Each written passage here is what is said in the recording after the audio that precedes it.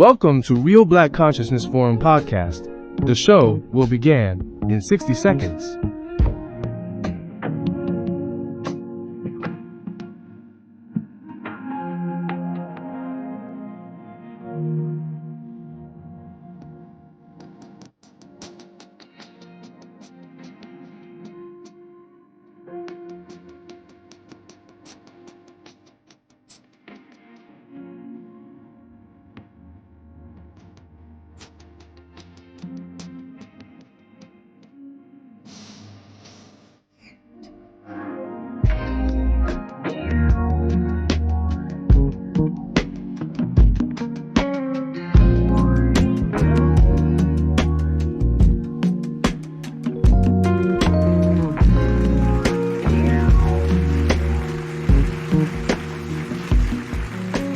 And now your host, Big VJ.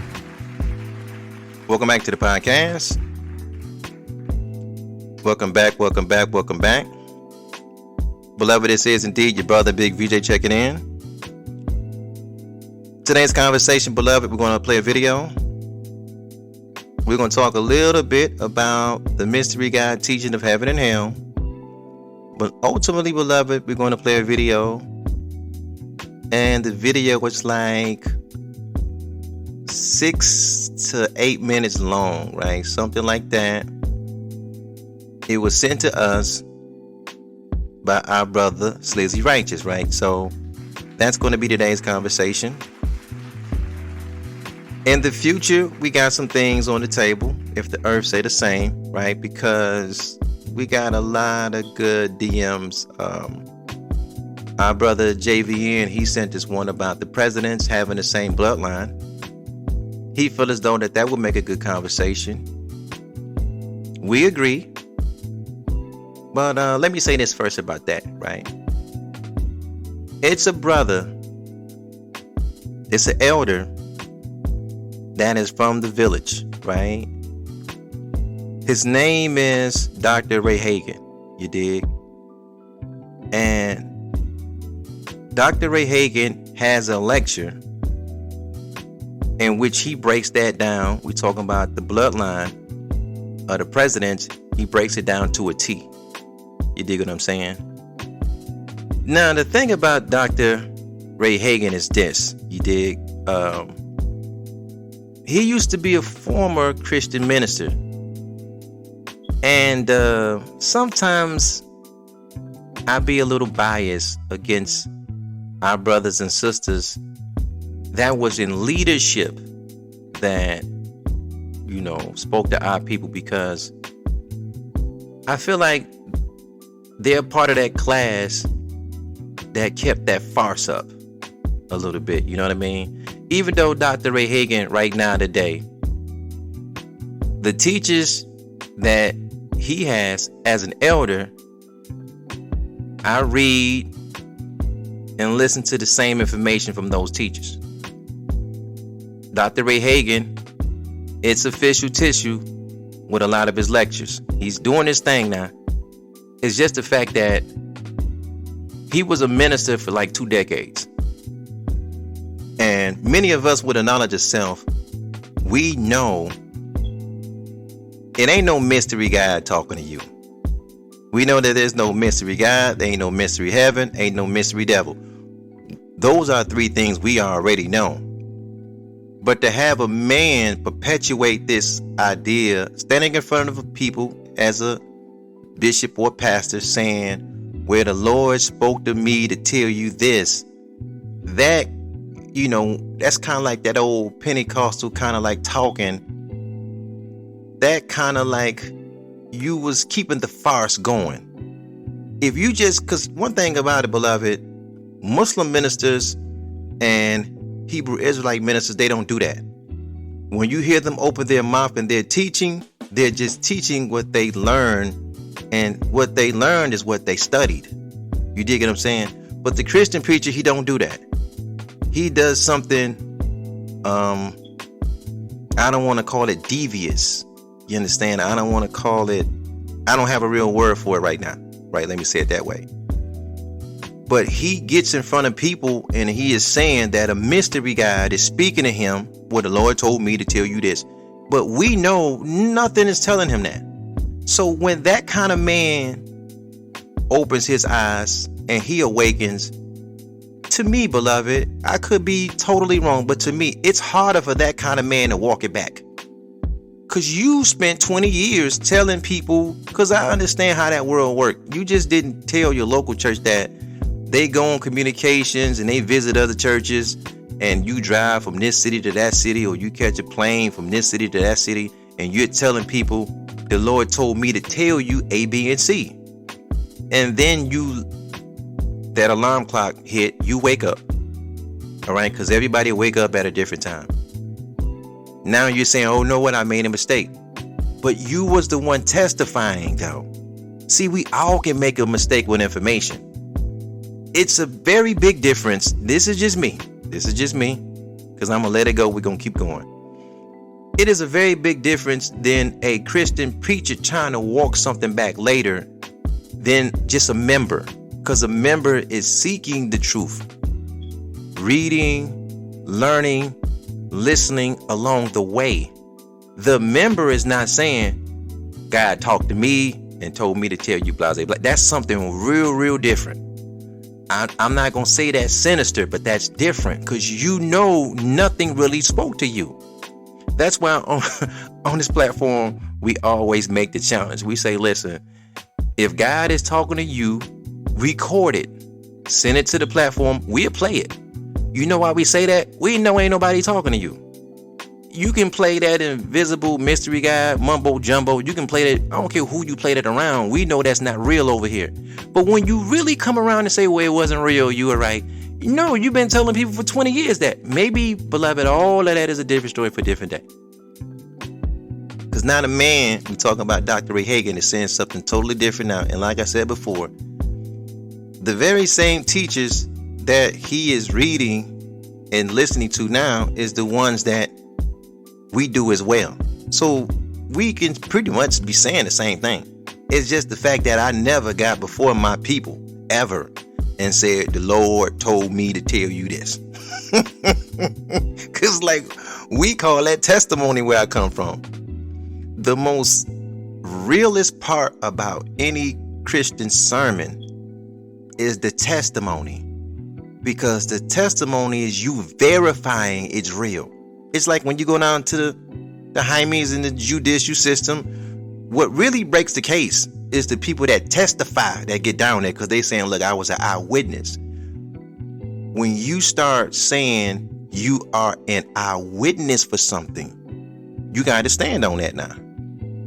You understand? And when you in leadership, because beloved, I got two cousins that's bishops. You dig? And when you start getting into that kind of leadership role, and you're telling people, hey, the Lord spoke to me and told me to tell you something. To me, it's going to be like harder for this person to open their eyes and walk back things that they said over the years because you testified that some being was literally speaking to you. So my first question would be, well, what happened to all them talks that you had with this mystery guide over the last 20 years? What happened? The members ain't saying that. You dig what I'm saying? In any event, though, we got to give credit where credit is due. Dr. Ray Hagan break that down. We talking about presidents having the same bloodline. He break it down to a T. You understand?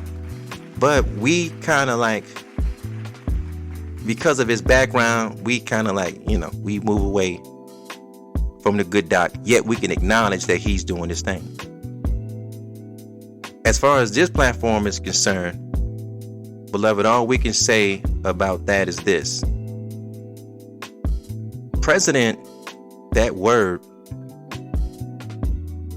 only means one out in front.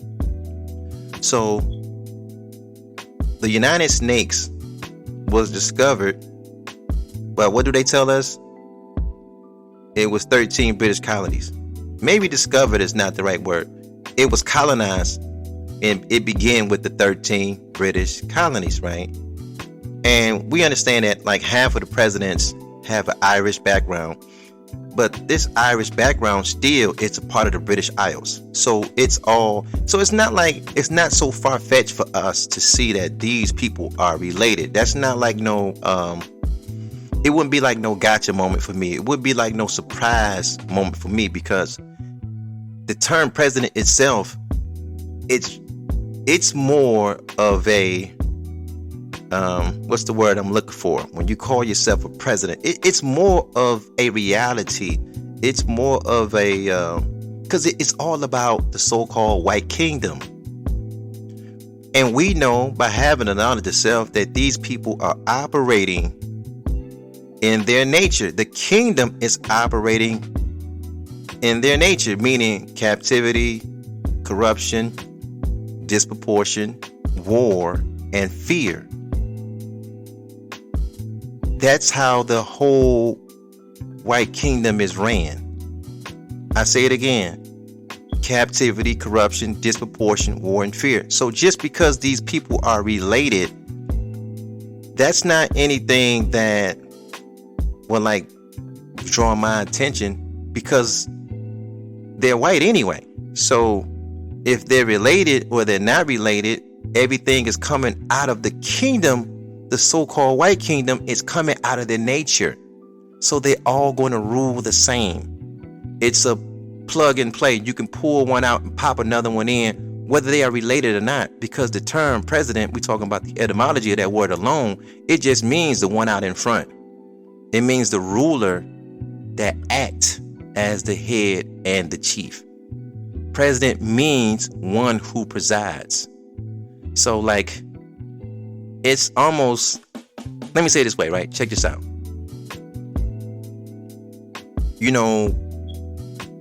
It's not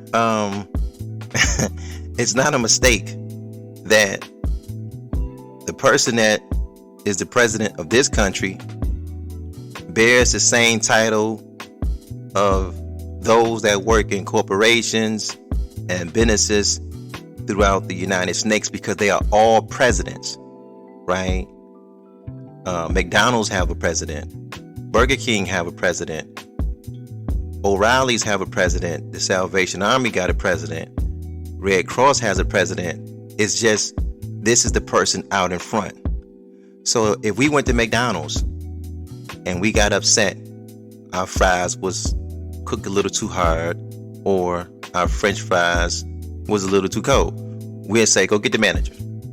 And then if we don't like the manager, say, hey, go get the assistant manager. And if we don't like the assistant manager, hey, go get us the store manager. The store manager in this local setting is almost acted as the president. Now, even though we know McDonald's got their own president of the company, at a local level, the store manager is the same as a Donald Trump. It's the same as a Obama. It's the same as a Biden.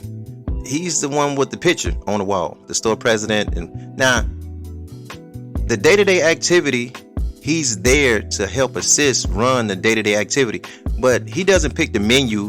He doesn't make the decision about, okay, where they're going to get the cheese from, where they're going to get the meat from. That's already in place before he got there. He doesn't make the decision about how the menu in the drive-thru going to be constructed. That was already there before he got there. He is just there to act as the one out in front to protect those that's in the shadows that you cannot see. But you must remember, though, what's bigger than bloodline is nature. And they're all going to govern based on captivity, corruption, disproportion, war, and fear, because that's part of the so-called white kingdom. You can put your dollar to that. That's why we get frustrated when we see religious Negroes teach this mystery devil that's under the ground somewhere. It's not. It's this man. It's his nature. That's his. You can watch him. That's his nature. So we just watch Donald Trump go down to Venezuela. You dig?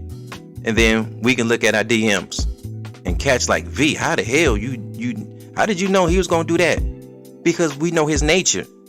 It's not about Donald Trump. I don't want anybody to think we knew something special about Donald Trump going to Venezuela, stealing the oil. It's not, if you took him out and you put another president there, they was going to do the same thing, because that's the president is a representation of the kingdom, but it's all based on their nature, and their nature is captivity, corruption, disproportion, war, and fear.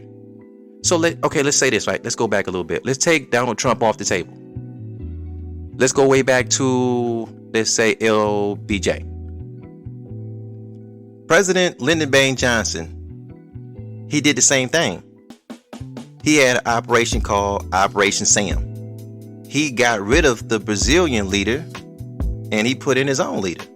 Now, if Lyndon Baines Johnson wasn't there, whoever was sitting there was going to do the same thing, because the president is working on behalf of the corporations and businesses that we cannot see. He's really doing everything for their interests, not so much of our interests, the corporation and businesses' interests. And I guess with the trickle-down effect, we'll get the crumbs, but the crumbs is cool if you ain't got nothing else. But that's how it works. The CIA director, Richard Helms, you dig? He come out and he says what? He says Nixon did the same thing. He said Nixon wanted to get rid of the leader down in Chile, Salvador Allende. Why? Salvador was bad for business. Whose business? American business, American corporations and businesses. He had to go. Now, Nixon did it because he was sitting in the seat. If Nixon wasn't there, whatever white boy they would have put there, he would have did the same thing. Because nobody believes the story about Salvador Allende. He supposedly committed suicide. Pardon me. He shot himself in the head twice with an AK-47. Come on, beloved. We know that. We know it was over the copper mines. American corporations needed to keep control and keep having access to those copper mines. And Salvador wanted to nationalize that which his country was producing so his citizens can benefit. But that wasn't in United Snakes' interest. They wanted to keep taking what they was taking. So they sent somebody down there. But look, that goes back to the term president, right? Just think about that term. Why are Latin American leaders called presidents? They don't have any other indigenous title, indigenous name that they can call themselves? No, because primarily Latin American leaders are just new republics, but they are emerging out of the colonial system that the Spanish put in place, that the Portuguese put in place. They are molding their governments after like the United States presidential system. That's why they always got elections and this, that, and the third, like the snakes do. You dig? But it doesn't matter because it's supposed to be a free democracy. But when they put somebody in there that's really going to help the people, the United States runs them out of there, because the president is really there to keep power for the corporations and the businesses of this country. So it doesn't matter, President Bush did the same thing. He got rid of a Colombian leader, and then he got rid of an Iraqi leader. Then he got rid of a Afghanistan leader. Why though? You think he's just sitting behind a real table? He know what's going on? No, they don't know what's going on. Trump don't know what's going on. He's on the golf course too much. He's just the one out front. Shit, Obama did the same thing. Obama got in office and he removed a Colombian leader as well. Just like Bush, he got rid of a goddamn Libyan leader. But why did he get rid of these leaders? Because they're against, you understand? It's all about the corporations, and you understand? That's just, beloved, that's where it's at with that. And what can we do as citizens? This is where they have us in the pickle. The United Snakes is going to just steal. It's just what it is. They're going to steal. They're going to take on behalf of corporations and businesses that are in this country. It's just what it is. But it's crumbs that fall off these people's tables, right? So now we have mothers and fathers and aunties and uncles that operate in that senior space now. You dig? And the United Snakes, after all their stealing, they're going to give significant support to the seniors of this country.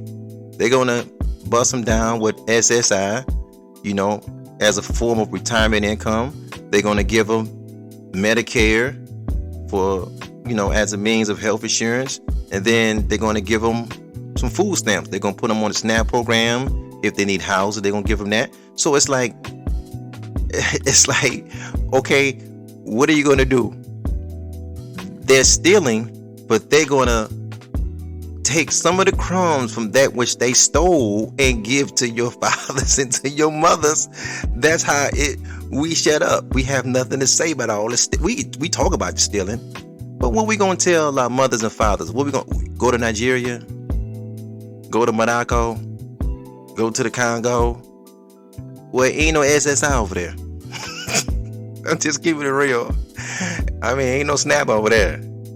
They not gonna put your Ma Dukes and your old bird and your pops and all that. They not finna put them on no Medicare. Nah, it ain't gonna really work like that. But all European countries give significant support to the seniors of their nations because they're stealing. They're stealing so much, and that's what makes us not talk so much about stealing. Because it's sad, beloved, but they gonna put our mothers in on it, and now we're looking for it. We getting older, and we looking for our SSI. Because we know that ain't coming from the payroll tax is not big enough, and we know there's not enough taxes in the world to keep putting and paying. So that devil is stealing to make up the difference, and we're not gonna really say much because he made us an accessory because our foremothers and our forefathers is using that stuff. All right, let's have a conversation about this mystery God teaching. And that's for our brother JVN. That's our position, beloved, on the presidents of this country. Now, Dr. Ray Hagan does an excellent job in pointing out and tracing that bloodline. And he's going all the way back, right? It's official tissue. Even the teachers that the elder follow is official tissue because we subscribe to those same elders, right? So it wouldn't be hard for me and Doc to be saying the same thing because we got the same teachers. It's just that personally, we look at any man that came from the Christian world from a leadership position that was telling our people that they used to talk to this mystery God and this mystery God talked to them. We just look at them different. That's all. It just, to me, it looks a little harder for somebody to walk that back. You dig? Members are not saying that. Leadership is saying that. You see what I'm going with that?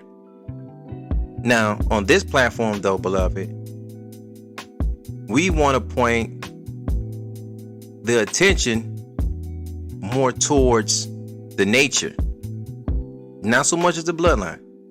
We want to point to the man's nature because once you can see his nature, you're going to know his moves before he make it, because he's going to make these moves based on his nature. Yet, so are you.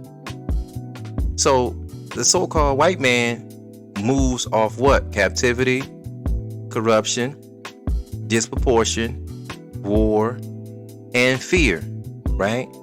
The original man is not like so. The original man is freedom, justice, equality, peace, and love. So he is just the opposite of you. Therefore, by nature, he is your adversary. Now, look, check this out. Later in the podcast, because our brother, Slizzy Righteous, he sent us a video, and that video is like I say, 6 to 8 minutes long. Great discussion of our African brothers and sisters talking about heaven and hell.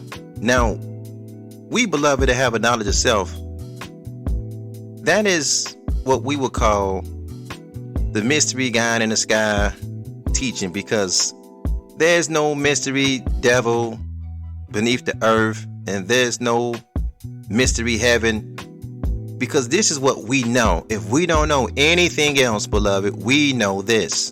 If we don't know anything else. Human beings, the man, the woman, the original man, the original woman, it's a secret to life. Beloved, I need you to hear me and hear me good. There is a secret to life that no human being know. None of us. Nobody that was before us and nobody that's going to come after us. What is that secret to life, V? That secret to life is two secrets. Is where did the human being come from? And where does the human being go after death? Because now we're talking spirit and soul.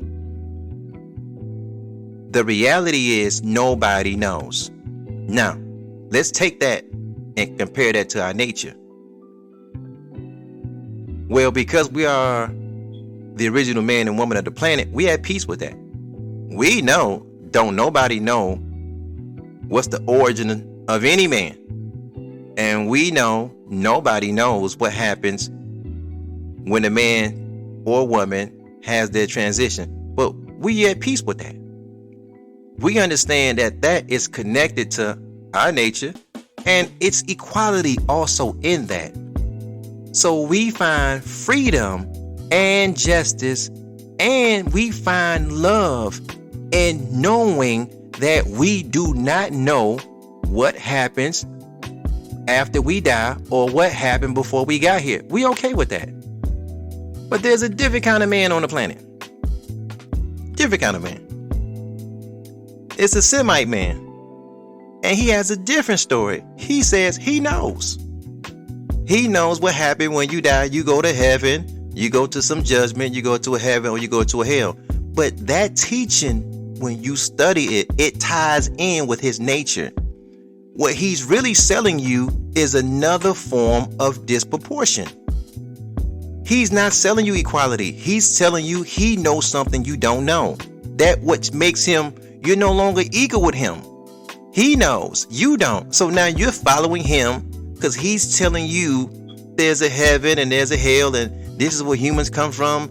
But that's disproportion. But it should be, that's in his wheelhouse is what I'm saying. That's in his wheelhouse. But what is connected to his fear is connected to his teaching. Because now look at you. You scared?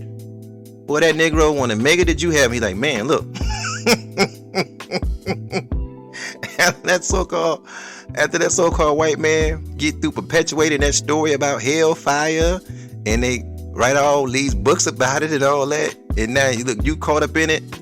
But look what he did to you. Look what he did to you. He took you into a very, very weird space. So listen, the question is this. What does it mean, beloved, to bring others out of the darkness?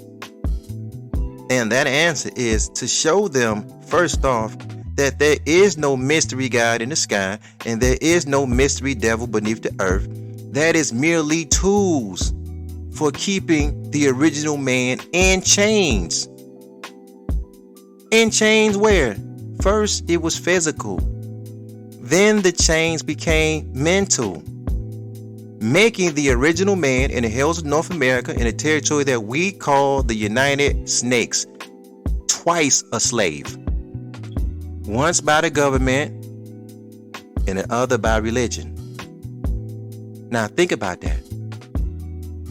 See, the devil used to have a physical plantation owner over you, and that plantation owner put a physical overseer over you to govern what you do with your physical body. Now he so-called released you from the plantation. You're free, but you just didn't go. He put an invisible plantation owner over you, which is a Jew, and another invisible overseer over you, which is also a Jew, because you take your pick. The God is a Jew God, and he has a son, which is also a Jew, and they have the keys for you to enter into Jew heaven. Now you're spending your whole life. Look how deep that is. You're spending your whole life trying to make it that you haven't. But it fits his nature to even give you the story to begin with, because it's disproportionate. He's telling you, if somebody can tell you something you don't know and it's at your advantage, you act like it's value in it, you're not equal, because he's helping you out. It's something you don't know. Now you have to follow him around with his story, this, that, or the third.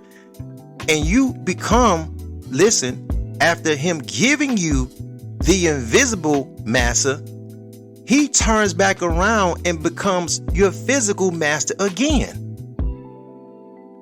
You never, ever get off that hamster wheel until you go into your nature. Because if you in your nature, you would say, man, that's not even equality. How could you tell me something about, man, going on with that?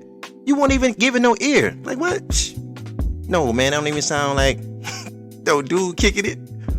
But he got people like us out there kicking that information now. So we say what, beloved, on this platform? Man, the Christianity and all them Abrahamic religions, man, them the so-called white man religion along with his Semite buddy. That's they hustle, that's their thing, but it goes along with their nature. That's why they can win with that ideology. That's why they can win with that theology. It don't work the same with you. I don't care how many people you pile up following them, it ain't gonna never benefit you like it benefit them. It's going according to their nature. Look how deep that is though, bro. Think about it. Our people are literally trying to make it that you haven't. So look at the original man in totality now. We got 3 English names. 3 English names.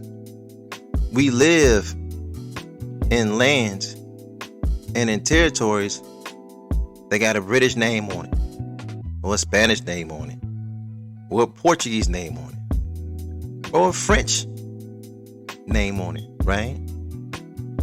All right, we don't speak our mother tongue. We speak the tongue of our oppressor. We don't speak our own tongue. Okay, what spiritual system do you got? You got the one that he gave you. So much so that we critique each other. Look how deep this is. We critique each other based on literature that he gave us. But we never really just examine the very same literature that he gave us. I look at our people sometimes, I be like, bro, who you trying to go up there and see and you haven't, man? Like, I'm your brother, like, let's keep it funky. Like, who you really trying to go up there and you having to see? You trying to go up there and hang out with Lot? You gonna go to you heaven, they gonna open up the doors, you gonna see Lot there. The first thing they gonna go across your mind, man, this dude banged both his daughters, got them both impregnated. He up here, you know what I'm saying? Then you gonna see Abraham, you know what I'm saying? Abraham had, how many sons did Abraham have? He had like so many kids by Keturah. Then he had, cause he got like 3 baby mamas, but one of them is the child of promise. But we cool with that. You know why? That fall in line with their nature, because it's disproportionate. This child gonna get this one, this is one of promise, the other one's good. We not like that. We got 3 or 4 kids, all of them get the same. We got 5 or 6 kids, all of them get the same. They're not like that. You can kind of follow them, as long as you know their nature now. You can follow them all along the way and say, okay, this one gonna do this one gonna do this one gonna do that. But look, let's go back to it. Think about you trying to get to you heaven. King Dawood up there. You thinking, well, Saul killed thousands. Here go the one that killed tens of thousands.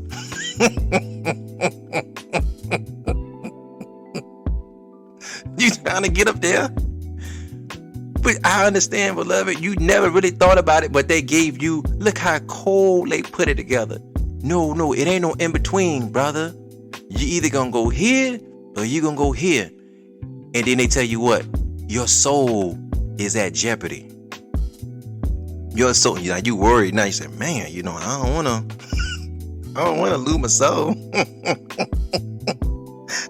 See, boy, them people got that thing fixed up over there, don't it? They got that thing fixed up, don't it? Okay, now what happens? You're a believer, but guess what? He's believing too. But everything he was telling you about what not to do, don't do this or you'll go to hell, he spooked you to do and to live a certain kind of way. But the very same people that they don't live that way. You start noticing, well, I thought you said in order for us to get to heaven, we aren't supposed to steal. And every time you look at him, he's stealing something. He gave you a playbook, like, you know, this is the playbook that you go by, but this is the one that we go by. But you trying to get to Jew heaven, but the man that taught you about Jew heaven, he not trying that hard to get there. He told you thou shalt not kill. You said that is excellent because you're an original man. You've been living by this law your whole existence, right? Then right after he tell you that, he drop a bomb over here. Then he go over here, drop another bomb over there. And then he give you a book about all these people did was go invade and kill men, women, and children. And you're like, well, wait a minute, I thought. And he's telling you, no, you don't think. You just believe and have faith and you just hope. And that's what you go with. You know, we are well into 2026. Well, we're about a week in, and last year, towards the end of last year, everybody kept saying there was going to be a rapture. And now I'm wondering, maybe it should have happened. Maybe it would have been all right. I mean, I definitely wouldn't have complained if I knew what would happen in 2026. And we just started. So here's to Rapture 2026.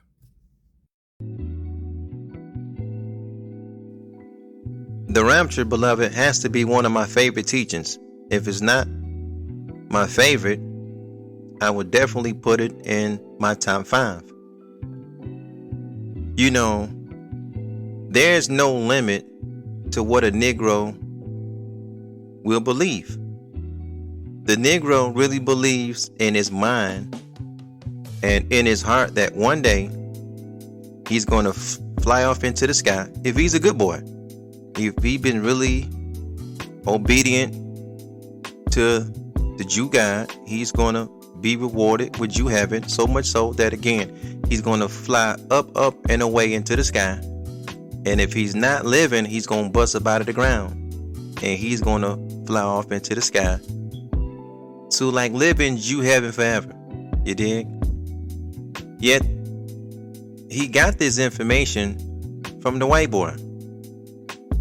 The white boy gave him this information. This is his people. This is one of his nations, the British government, that translated the whole thing, put it all together. And this is what the original man is putting. He's banking on this. Now, the white boy that gave you that information, he talk about it every now and then, but he's not banking on it. How do we know? Because we can see the guy. So goes the mind, beloved, so goes the body. Look at the white boy activity. He's always at the dealership. He's buying F-150s. He's buying Chevy Silverados. He's buying GMC trucks. He's buying Tacomas because he needs that truck to hook up to that boat, because on the weekend, he's going to the lake. He's going with his family. They're going to hang out. They're going to do some fishing. He's going to have a whole bunch of beer and liquor and whatever other party favorites he's going to bring along. He's going to party with his family, though, on the lake. If he's not going to the lake, he's going on vacation. The white boy believes in going on vacation, but he does not believe that the world is going to end. So he's building, look at his activity. He's building new apartments everywhere you look up. He's building new homes, new communities. He's building beach houses and townhouses, and just look at him. He's not finna go anywhere.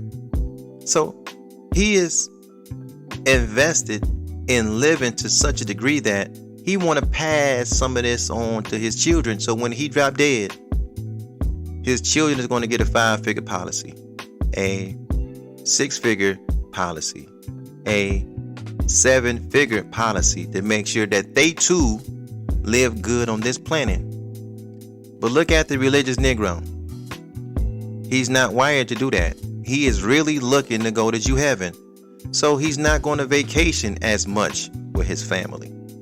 There is no boat in the back. There is no family trips.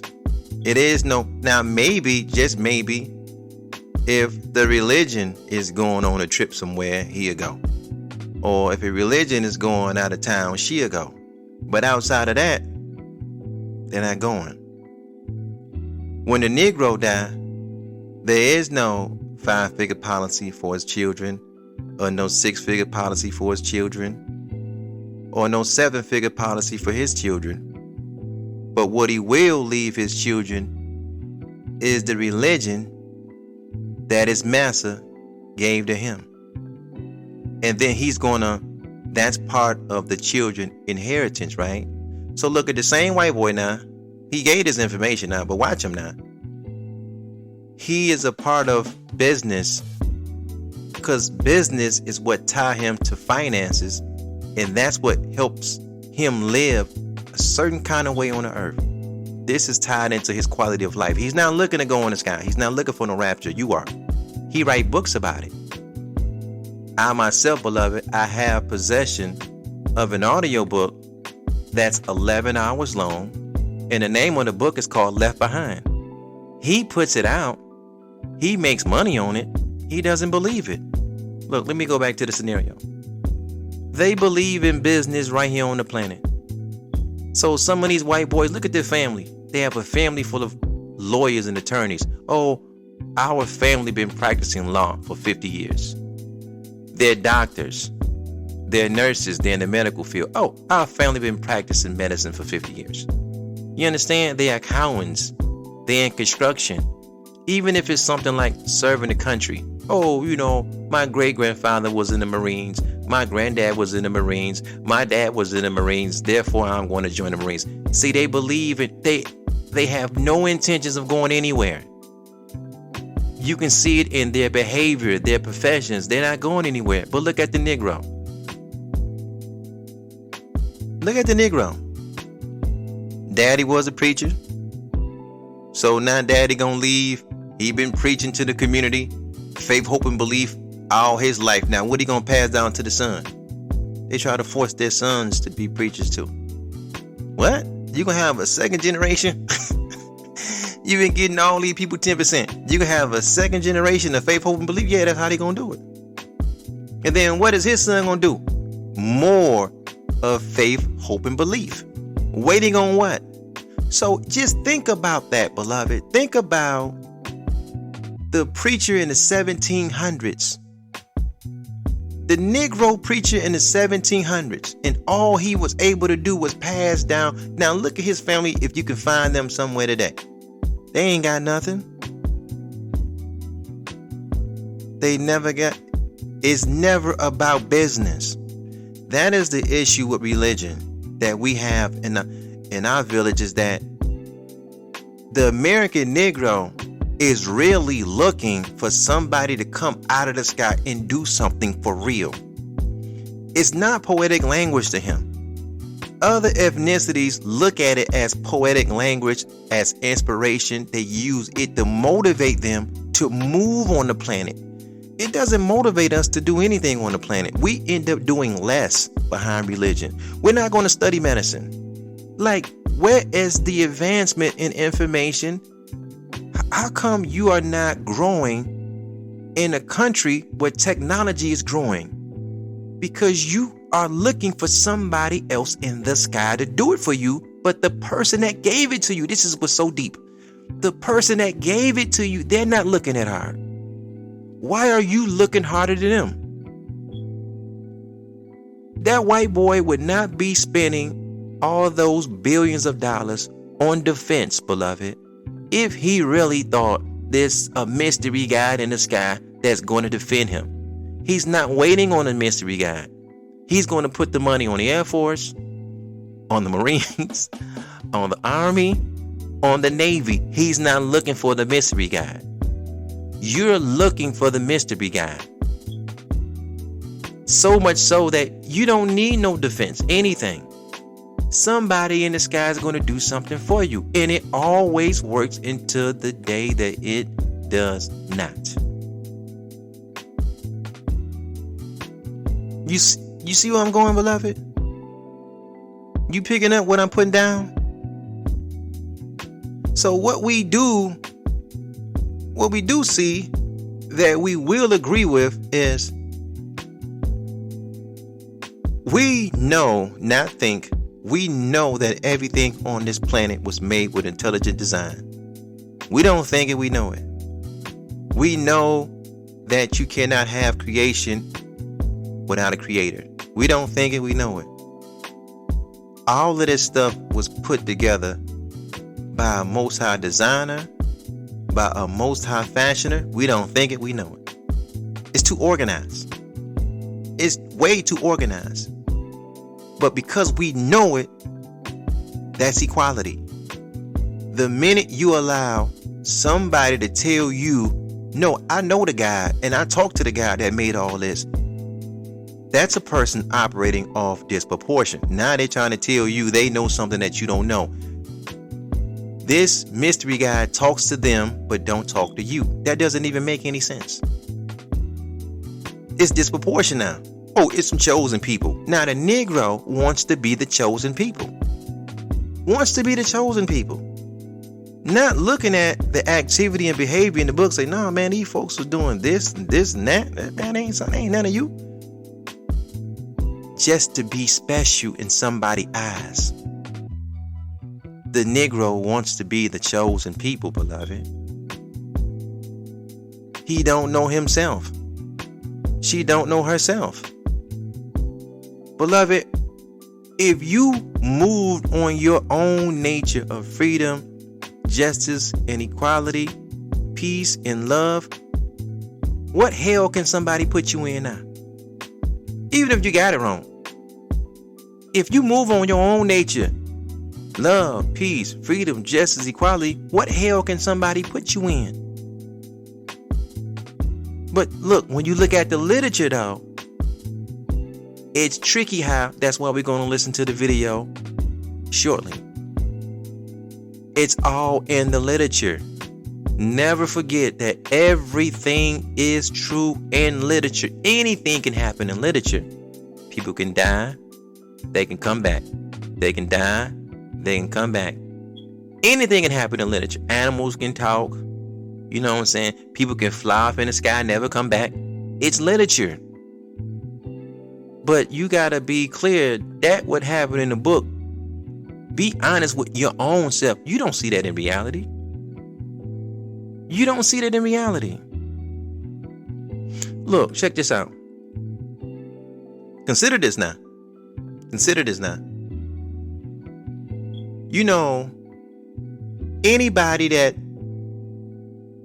call on God because they got a sick family member, or somebody fell victim in an accident somewhere, car accident, something like that, or somebody is just, you know, dealing with some health issues, you know, you got your faith in getting a certain kind of job and opening up a certain kind of business. And one thing I will say about us, you know, as a people living underneath the jurisdiction of your enemy, it get heavy, and you want to be able to cast some of your cares off on something because you don't want to hold it all yourself. You dig? Even though you holding it all, you just want to feel like you hand it over to somebody else, that somebody is working on this issue in your favor. That's equality though, beloved. When you get into a different space where the Semites and the so-called white men operate in disproportion, that's different. Because now it's somebody up and it's somebody down. And the thing that always got to me of why does you being a sheep sit so well with you? I'm a man of a certain age, beloved. What do I look like walking around? Or I got a pastor. Pastor Williams is. That doesn't I got a family, I got a wife and sons. What do I look like having a pastor? Can you conceive that? Look at the mentality. You're a great grown man. Do you know if he's the pastor, what is your position? Because a pastor, the last time I checked, it's a fancy title for shepherd. If they are the shepherd, who's the sheep? You're the sheep? Do you know what a sheep is? A sheep is like the most dumbest, the most gullible animal that it's like you can just lead a sheep anywhere. You can lead a sheep right to the slaughterhouse. Sheep don't know no better, don't know no different. You want to be a spiritual sheep to somebody? Even the word in it, like, come on, bro. What are you talking about? You still want to be, you take pride in that having oh man, my bishop is such and such. My bishop is, you like, bro, sis. Okay, well, you got a bishop, you got a pastor. What can they take you to? Where they going to lead you to? They don't have a heaven to take you to. This is when technology come into play. They don't have a heaven to take you to. When you go, that pastor and that bishop, that evangelist, that Muslim minister, nobody knows what's beyond the grave. That's a fact. None of them know how we got here. So what happens is they tie themselves to religion, a Semitic religion, and these religious books are Semites.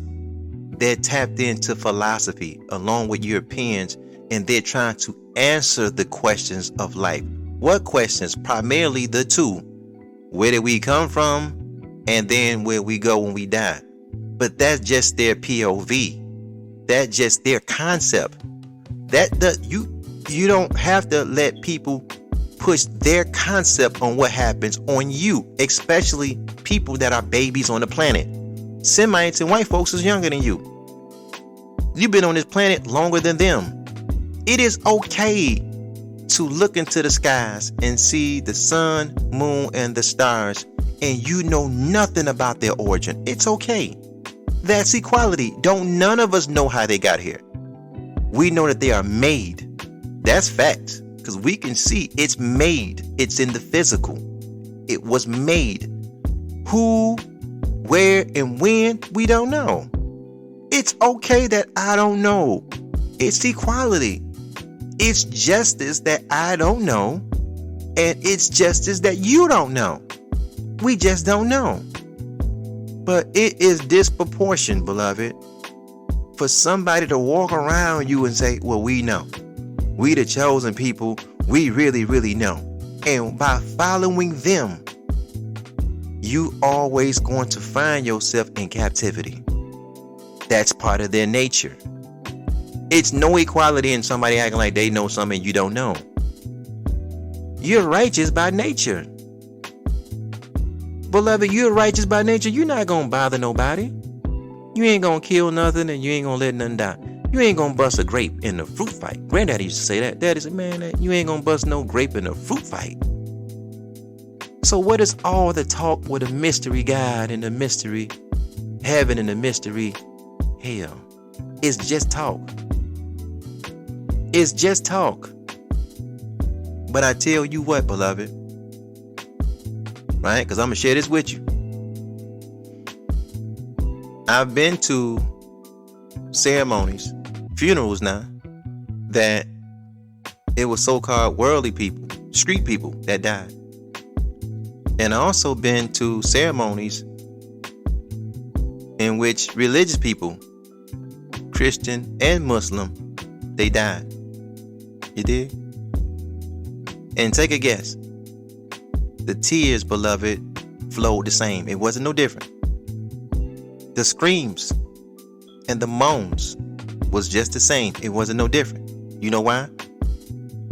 Instinctively, we knew we not gonna ever see this person again. So we start thinking back of the times and the experiences that we had with that person, because we love them and we're going to miss them. We're not saying where we just gonna separate for a minute. I'm gonna catch you again in the next life. Instinctively we know, no, that ain't. It's not, because we don't know. Hit that ground. That's it. Because truth and facts tell us that nobody came back from the grave and said nothing to none of us. That is truth and facts. People can die and come back over and over in literature. They can. Not in reality. So that loved one go. We gonna miss them. But guess what? Before they went, whether they was a worldly person, or they was a Muslim, or they was a Christian, when they get in the hospital, you know what they say? They don't say, the religious person don't say, I'm ready to go, y'all. Don't y'all pray for me. I'm finna go on to be in paradise. The religious people, after spending 30, 40 years in this particular POV of life, they say the same thing that the guy on the street say. They both saying, pray for me that I get better, that I can get out of here. Get out of here to go where? Come back to planet Earth. Get well to live and have more time on the earth. Something was put in us as humans to make us love this earth. We don't want to leave here. We know we got to leave here. We don't want to leave here. Beloved, we got to learn how to cherish that. If we are cherishing that, and because we know it, we can't be giving people licenses to come around and teach us about Jew heavens or Muhammad heavens or a Hindu heaven, whatever kind of heaven. That's technology. Don't nobody know what's beyond the grave. Don't let them wrap you up in that space to put you there. Because the truth and facts, I gotta keep saying this, beloved, nobody really knows. Nobody really knows. Therefore, when you around brothers and sisters with a knowledge of self, when we say somebody went to heaven, we ain't talking about in no Jew heaven, or no Muslim heaven, or no Hindu heaven, or none of that. We talking about they went up to the highest vibration in our minds. We think about them on a high level in our minds. When somebody went to hell, they went down to the lowest vibration of our minds and of our memory. That's hell. A BS grave. We don't care nothing about them. They was a shyster. They was a swindler.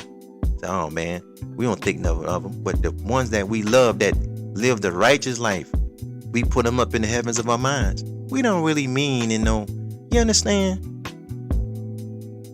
You lose co-workers. You lose family members. You lose friends. You put them in a space in your own mind. Right? Let's take a listen to the video. I feel as though, beloved, we spoke enough about this mystery heaven and this mystery hell and this mystery God, beloved. We just don't know. But that's equality. I am okay with not knowing. But the minute I talk to a brother and sister and they start acting like they know and they tight with God and they all this, I'm like, man, come on, bro, because I've seen this too many. As soon as they go to the hospital, that phone get to ringing. You dig? This is how y'all know how we do it in the village. Soon as family member, soon as co-worker, soon as associate, soon somebody get down, that phone get to ringing. What's going, hey, pray for such and such, such. You're like, what? Okay, we want to send them good energy. Cause what? They want to stay right here on the planet. Let's play the video. And let's see what we got. All right, beloved. So we're going to play the video of our African brothers and sisters talking about the hereafter and how it affects their village, their personal life.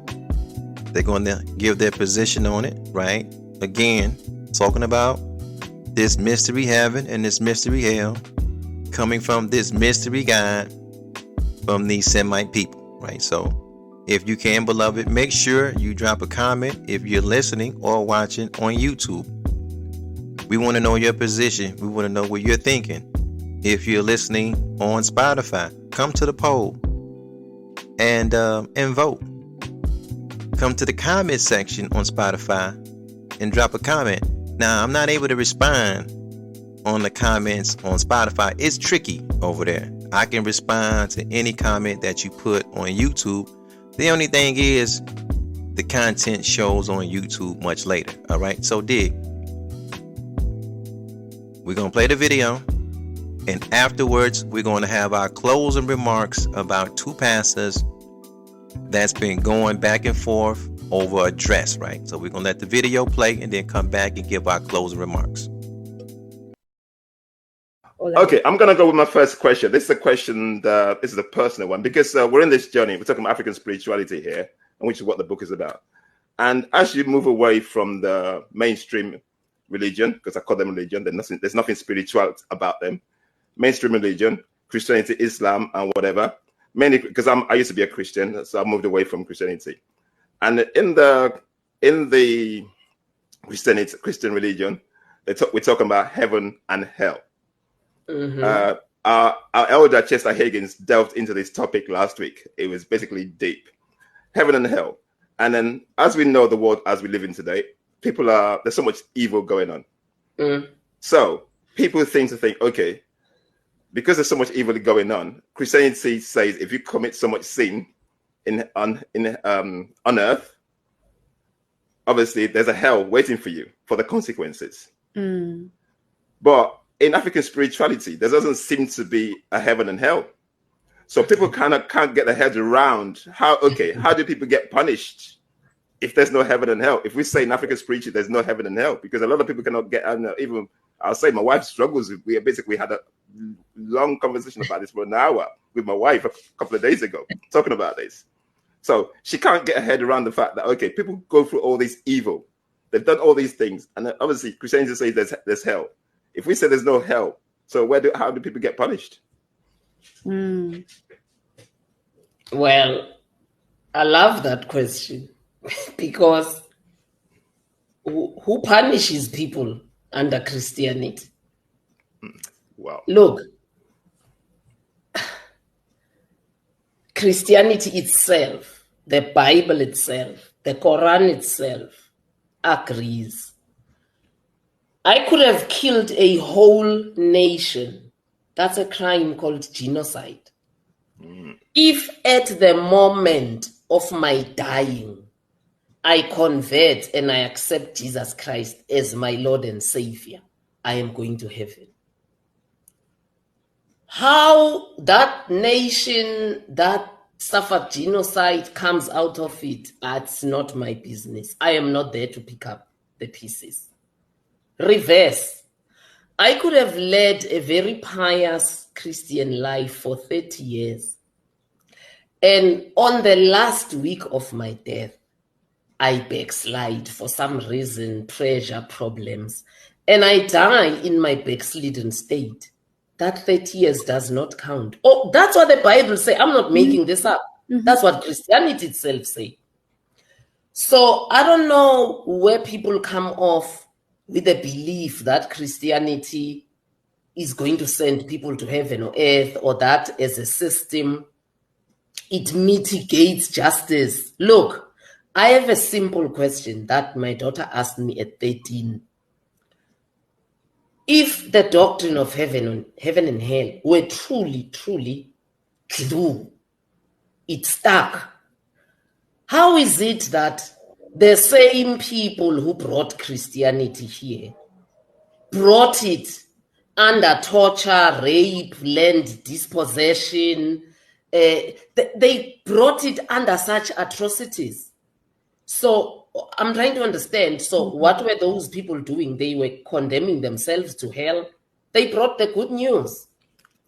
I mean, in every slavery fort, I've been to the one in, what's the island in Tanzania? Zanzibar. I've been to the one in Zanzibar, which was run by the Arabs. I've been to the one here in Ghana. I've seen those in Kenya, my sister. In all of them, there's above, the slave quarters were built underneath. Yep. But on top was the administration office, the quarters of the administrators. But guess what else was there? The church. Yeah. The church would be going on a Sunday while a slave was dying underneath from the poor conditions. Or being raped. Death or raped or whatever. Yeah. So I don't know these people who think that the doctrine of heaven and hell is a justifiable doctrine that brings justice. I mean, that's why we struggled to even find the word justice in Nsigi. That's why we stuck to obulungisa, because translated in English, a very weak translation of it is justice. But we know there's no justice in justice in the Western Christian or Arab sense, because, I mean, how many people are in prison today who did not commit those crimes, but they were too poor to afford good lawyers? How many people are not in prison because they can command money and they can command good lawyers? AKA Trump. Yeah, look at the Ramaphosa case in South Africa. I can't, because I deal with everybody in the continent and people give me $50 there, $100 there. FNB, my bank, cannot clear that money unless I physically go and say what it is intended to. $50, guys. 50 doesn't even translate to so much rent. I must say why it's in my account, who's given it to me. Ramaphosa kept how much, Nsigi, under his bed? And the courts say, because he commands the authority of being the president. So I don't know where people come off thinking Christianity is a system that has come to met justice and punitive against the evildoers. I don't know. I rather believe in a system that says both do not exist. Because for the poor, there is no heaven or hell. Both does not exist. Mama, can you see?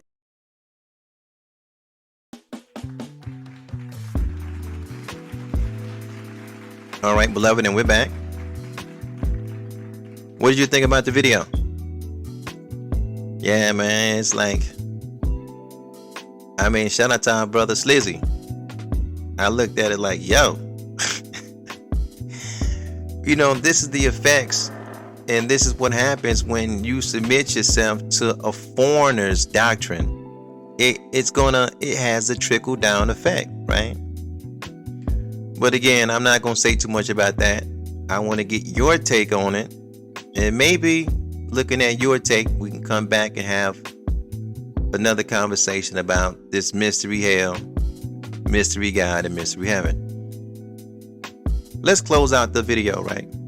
And while closing it out, I want to just give some remarks on 2 pork chops. We got 2 Pastor pork chops on the table. One from the territory of King Charles, the other one from the territory of King George, right? Today we say Carolina and Georgia, but we know Carolina is named after King Charles and Georgia is named after King George, right? All right. Pork chop Bishop Wooden and pork chop Jamal Bryant. Bishop Wooden is standing on the wall. He's standing on the wall because he feels as though that a pastor, Pastor Bryant, his wife should not have worn the dress that she wore. It is not fit. It is not suitable for a first lady. Right? Dig that. Jamal Bryant, he say different. The dress was fine. He picked it. They went to an event. She looked great. It should be nothing said about a dress. Beloved, me and my wife, we go to a ball every single year. And I will admit that the dress that Jamal Bryant's wife had on, it's suitable for where she went. Because it's a secular event, which means it's just bigger than the dress. at a secular event where they were raising money for our babies to go to school, we give that a thumbs up. But being that it was a ball, I mean, it's like, it's not only some fundraising going on. I mean, the DJ is playing a certain kind of music. They're going to serve certain kind of drinks. So it's like, and this is what happens when you as an original man put yourself in a position where you're going to keep Semitic laws and Semitic rules and hold up a Semitic religion. Because if it wasn't for you doing that, none of us would be here. Maybe that's a different story for a different day. Jamal Bryant feels as though that these pastors are just envious and they're speaking on him and his wife out of envy. Beloved, I feel as though it may be some truth to that. Because, see, Bishop Wooden is in Kojic. This is one of the biggest black Christian organizations in the country. And Bishop Wooden kind of has a pattern. And he's doing something that the regular eye can't see. But, beloved, I can see it. I'm good at always seeing the magic tricks, right? Bishop Wooden is religious set tripping. He's only, in my estimate, he's only saying something to Jamal Bryant because Jamal Bryant is a Baptist. There's no other reason why he's saying it. Because all of these guys, they just upholding the so-called white man's religion. They won't say it that way. But beloved, in truth and facts, it's just that way. See, that Semitic man, that Jewish man, he wrote the book. And it's perpetuated by the European man. When the European man got it, he already carved it up so it can look and read a certain kind of way to him. You understand? That's called a denomination. He going to take that same book that the Jew wrote, that he translated as far as the British is concerned, and them white folk going to look at it and they're going to see it a certain kind of way. And that the way that they see it is called a denomination. So they're going to be Roman Catholic and Protestant and Evangelical and Baptist and Pentecostals and Methodists and Lutherans and Presbyterians and Mormons and Jehovah's Witness. And I don't want to leave nobody out. Protestant, Episcopal, Seventh-day Adventists. You can keep going down the line. This is the POV of the so-called white man as they see the Bible and us being on their plantations. We took this ideology, this theology from them, and then we call ourselves being free, and all we really did was we jumped from one so-called white man denomination, which would be like Catholic, and we'd jump to Protestant, or we'd leave Protestant and we'd go to be a Jehovah's Witness, or we'll leave from being a Jehovah's Witness and we'd go to a Mormon, and we'll leave Mormon and go to a Lutheran. I think you're picking up what I'm putting down. Jamal Bryant is a Baptist. The Church of God in Christ started off Baptist. That's their history. They spin and broke away, the founders of Kojic, from the Baptist church, and they went into a Pentecostal space. The thing about Bishop Wooden is this, though. He's good at pointing out people that are in error, that celebrities or they're non-Kojic. But he had 3 pastors in his organization. We talking about Bishop Wooden. That these guys got caught for some real. I'm talking about preachers that got caught having sex with shorties in the car, and the police called them and it made national news. I didn't see Bishop Wooden make no comments about that. Now he'd make a comment about Snoop. He may say something about Beyonce or Jay-Z. He'd say something about Jamal Bryant. But when men of the cloth that's in his organization do things, he don't say nothing. There was 3 pastors out of Kojic. I want to say in the last, I'm going to give them some grace. I'm going to say in the last year. I really want to say in the last 6 to 8 months. I'm talking about some real severe accusations. They was accused of they making the news. He didn't get the microphone and say nothing. He has skipped. Now he's living in the land of King Charles. He has skipped over all that's going on. You know what I'm saying? He has skipped over everything that go on in his state. He has skipped over everything that's going on in his organization. And he is speak on a man way in the land of King George. This is what I mean when I say, look at how following these Semite religions, look how it's making us. Where's the power at? I just want to talk numbers, and I want you to think, beloved. The Church of God in Christ, Kojic, has 6.5 million members in this organization in the U.S. Where's the impact? I'm not judging. I want you to really think. See, it is time out, beloved, for us to be joining organizations that can't take us nowhere. This is the importance of having the knowledge of self, because you know nobody can take you to heaven.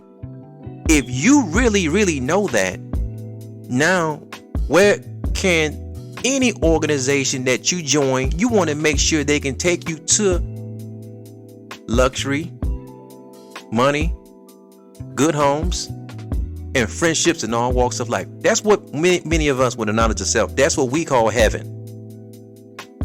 Luxury, money, good homes, and friendships in all walks of life. The best of, not in the sky. We're not looking for the best of in the sky. We're talking about the best of right here on planet Earth. Why would I, or why would you be a part of an organization? It's 6.5 million members. We should own everything in every inner city, have our own banks, have our own neighborhoods, have everything. Let's be honest now. Do you feel the presence of Kojic in your city? Wherever you listen to me at, do you feel the presence of Kojic in your city? A black Christian organization with 6.5 million members. Now, let me ask you this. The Nation of Islam have less than 100,000 members in it totally. Total. Add it all up. Less than 100,000 members. You can feel the impact though. You can feel the impact of the nation. Let's take the nation off the table. The Hebrew Israelites. It's less than 100,000 of them. Less than 100,000 of them. But look at the impact. Every inner city you go to, you got to get credit where credit is due. We see them on the corners. They teaching.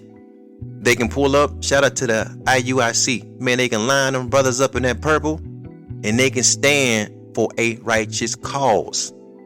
You would think Kojic would be so strong and so powerful. They will own there's no way we can get away from them. They have power and dominance in all kind of markets, all kind of fields, all kind of businesses, but they don't.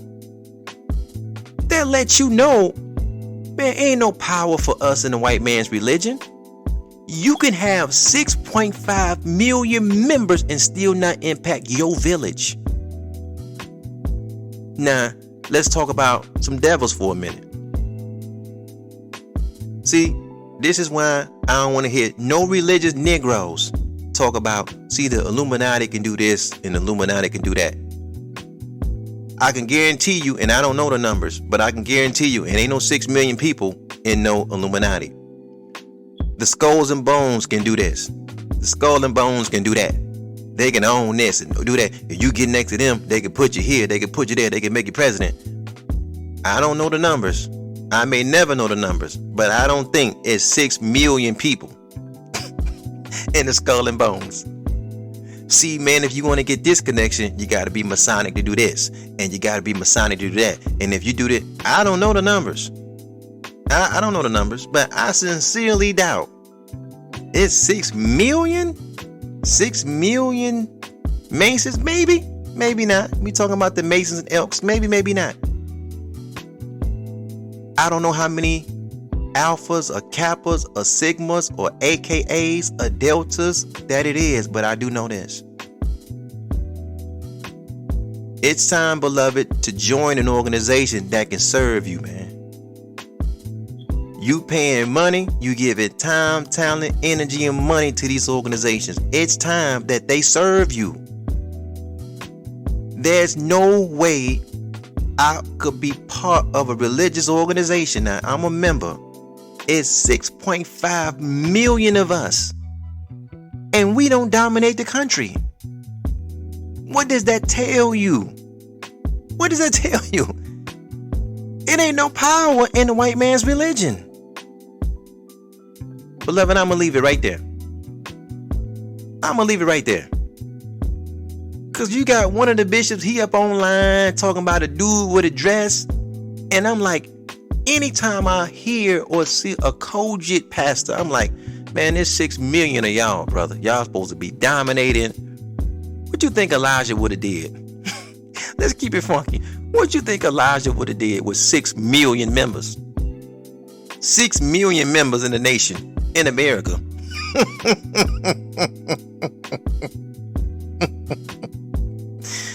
Man, you know, we're going to leave it right there, beloved. We're going to leave it there. And until next time, beloved, this is your brother V. Peace, peace, beloved, and more peace. This is Real Black Consciousness Forum Podcast. We're going to get it with you later. Beloved, peace. Man born of a woman must one day soon die. So it don't make a difference if God give us an extra 15 or 51. We come from eternity. We're going to return to eternity. But we got to make the best of the time we have here.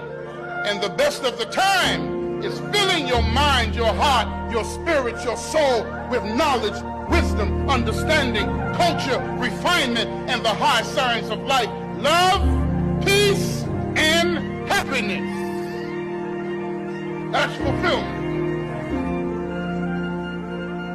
Thanks for listening. Remember to follow us on Instagram, Twitter, YouTube, Google, Anchor, Spotify, and Facebook. Also, don't forget to like, share, and comment on the podcast. Your opinion of what you just heard is important to the platform. So yes, beloved, your comments are the engine and fuel to the machine. Stay blessed and have a powerful day.